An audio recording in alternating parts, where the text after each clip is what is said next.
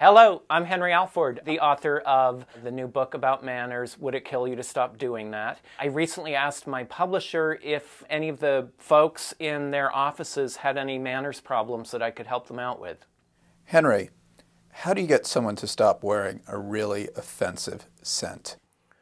I think that the problem that I call overfragrancing, like the problem that I call someone has a visible booger, both are best served by implicating yourself. Walk up to your friend Bob and say, "Hey Bob, apparently you and I have both been accused of wearing way too much cologne." I don't want to say who the accuser was, just to say that I'm going to go home and reduce my consumption of Paco Rabanne by about 90%. What you're doing by implicating yourself is you're reducing the sting and you're reducing the potential humiliation. You're turning it in on yourself.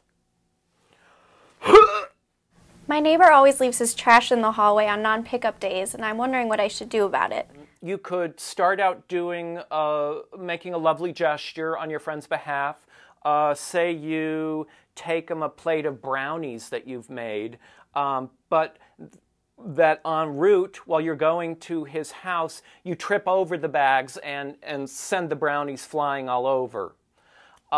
When your neighbor asks you why you are bearing an empty plate, simply say, "I didn't expect to see garbage bags on a non-pickup day." What's appropriate food to consume at a movie theater? I would point you in the direction of the wonderful world of soup.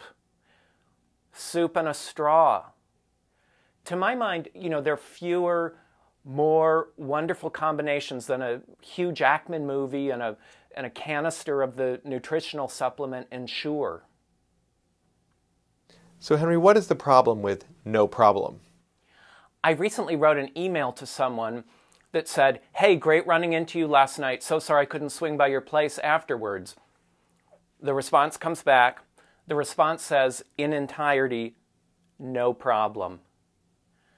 I had to think, how could my coming to your house constitute a problem? Have I been dandruffing on the guacamole again?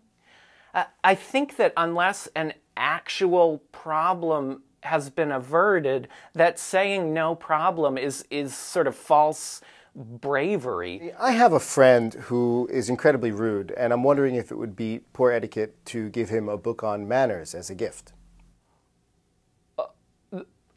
These questions are making me very uncomfortable.